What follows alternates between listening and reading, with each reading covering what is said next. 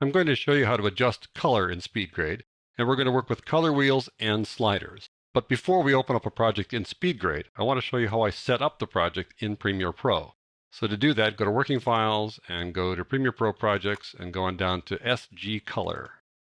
Since I knew that I was going to open up this project in SpeedGrade, I did a few things to set it up for work inside SpeedGrade. First of all, I added adjustment layers above every clip. Now, we're not going to work with adjustment layers in SpeedGrade this time, but this is just good practice to get these guys on top like that because they give you more options inside SpeedGrade. Then the next thing I did was that I adjusted tonality for all the clips. So I'll click on this one here and we'll go to Effect Controls. I applied Luma Curve to all of the clips. And that way I've got tonality set up in advance the way I want it to be set up. You do tonality here and then do color inside SpeedGrade.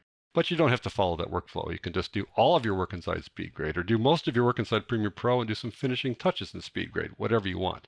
But here I set up this effect in advance for two reasons. First of all, just to get tonality set up, but also to show you that you need to apply the Lumetri effect if you've added other effects to your clips. So I added the Lumetri effect after I added Luma Curve, and by default it went down below Luma Curve where it belongs. The order that effects are applied are from top to bottom, so Lumetri is applied after Luma Curve. And I'm going to open up SpeedGrade, and we'll go track down that project. Now right here it's inside my recent project list, but it might not be in yours. So click on Open Project, and go to Premiere Pro Projects and go on down to SG Color. And it asks you which sequence you want. If we came directly from Premiere Pro, it wouldn't do this, but because we're opening the project as opposed to the sequence, it asks you which sequence. In this case, there's only one to choose from, so we click Open. All right, I've set up my analysis tools here to have two scopes open. I've got the vector scope open over here and RGB Parade, which is called Parade here inside SpeedGrade. Just change to the two scopes layout here by clicking this drop-down list and selecting two scopes. Then right-click in here to select the scopes that you want. And right-click here and select Parade. Now, the vector scope, as I mentioned before, is not really a very effective scope. Technically, it's actually doing some things that are correct, but in terms of our using it practically, it's not that much use. But I do want to have it open because it does at least give us an idea of which way the colors are going. It kind of confirms what we're going to see over here in the RGB Parade. And then after we make some changes to the colors, we're going to go back over here and change this to the waveform, because when you work with colors inside SpeedGrade, you're also adjusting Luma. So you've got to go back to the waveform scope to see what happened and then make some adjustments if necessary. So this first clip, we're just taking a look at it and look at the RGB Parade there, and it's trending pretty heavily toward blue here in the highlights. You look at the vector scope, it's going down here toward blue as well. So you want to compensate for that by bringing down the blue. So we do that right down here in the look area, working with the color wheels. So how do we do this? We kind of look at the scope there, and we see that the reds are going down a little bit. We need to bring the reds up overall. So we start off by going to the offset and start pulling toward red here.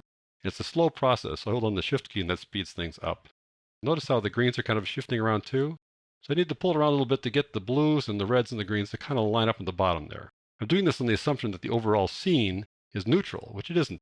Really, the scene is trending toward green anyways because it's a big vineyard. But nevertheless, we're going to try to get things lined up here along the bottom. All right, now that we've worked with offset, we step over to highlights. It looks like the blue highlights need to come down. You can barely see them above the scale there, but the blue highlights are too blue. So I'm going to bring them down. So I go over here to highlights. I pull away from blue to bring the blue highlights down. And again, I hold on the shift key. Pull them down, which lifts up the scale, essentially. I want to kind of pull toward green to bring them up a little bit. Try to balance them all that way. That did a pretty good job, I think. Now I'm looking at the scene there. It's kind of bright. Also, it would be nice to make it a little bit warmer. So we can use these guys up here to help us out. There it says temperature, and here it says magenta. They're kind of misleading. It's not really temperature. What it is this is a controller that also works just like highlights. You see blue to orange? It's a straight line from here to there. So I'm going to warm things up by just dragging this little slider to the right a bit, just to kind of warm up the whole scene a bit. Let's check the waveform now to see how we change the Luma. Right-click on U, go to Waveform, and we see that we're too bright. And we could probably bring down the blacks just a little bit. So that's what happens when you work with color here inside SpeedGrade. You change Luma at the same time. I'm going to go down here and just bring down the blacks a little bit by going to Offset. Drag it a little bit left like that. I need to go to the highlights and bring them down a bit now. And now if we want to adjust the contrast, we do that by going to Shadows and Highlights. Go to Shadows first. Take the gamma of the shadows and bring them down. Go to Highlights. Take the gamma of highlights and bring them up. And that's how you adjust contrast. Let's go to the next clip here. Same basic scene, obviously different color cast. Let's work with the sliders instead. They actually can be pretty intuitive when you look at the RGB Parade like this. So I'm going to click over here to this little button there. Go over to the sliders. And I wanted to change back to the vector scope here. So right click, go to the vector scope. Should be trending there toward orange as it is now. Pull this thing down a bit here, so I want to unlink everything. So click on each one in turn to unlink all of them. Let's take a look at this. First thing to work with is offset. That's the left-hand side here. The reds are way too high. We want to bring them down. So I hover over the red there, hold down the shift key and start dragging. And that brings the reds down. Notice the greens and the blue do not move. And let's take a look at the blues there. They need to go up a bit, like so. So we've taken care of the base now. We need to take care of the highlights. The red highlights need to come way down. Looks like everything's moving, but that's just the scale changing. We need to bring the blue highlights up.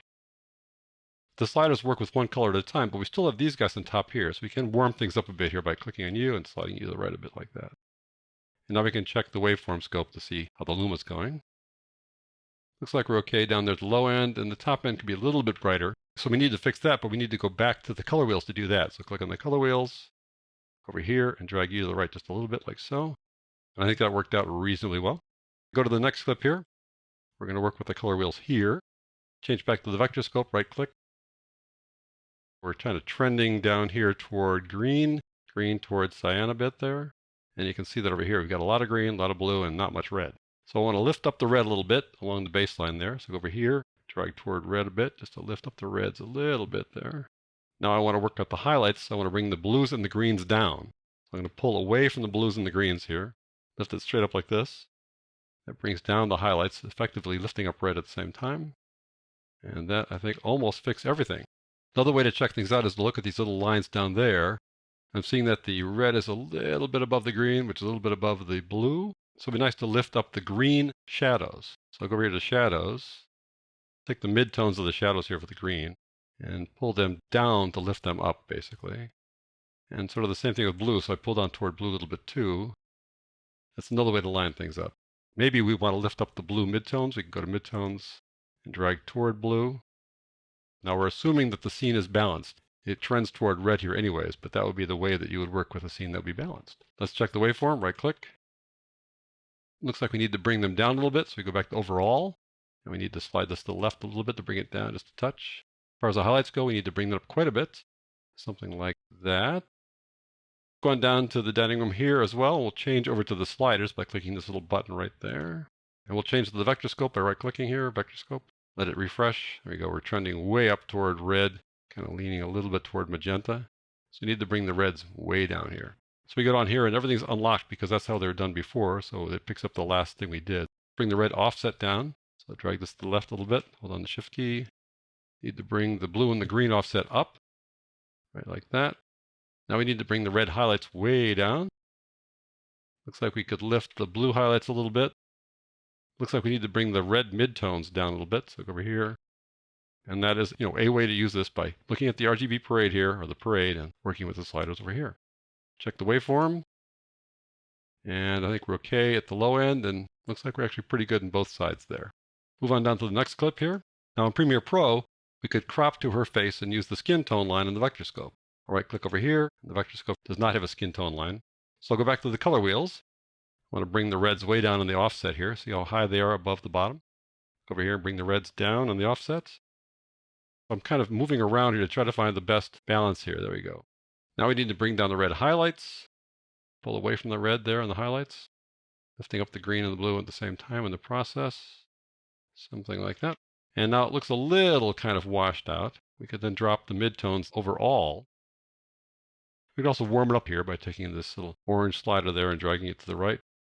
And let's check out the waveform by right-clicking here, go to waveform. And I think we could bring it down just a skosh and maybe lift up a little bit, but I think we did a pretty good job there. Go on down to the last clip here. We know this building is supposed to be orange, or a little bit oranger. So we need to figure out which thing we want to move to just affect the building. So the building is probably the bright end of the midtones or the darker end of the highlights. So we'll start with midtones and see what happens here. So I'm going to click on midtones. And I want to take the bright end of the midtones here, the gain, and I want to pull toward orange a little bit. So let's see what happens here. Affecting things that are more mid-tone-ish, whereas the building is probably a little bit brighter. So I'm going to reset that by clicking this little triangle there. Go to highlights instead. I'm going to try the low end of the highlights here.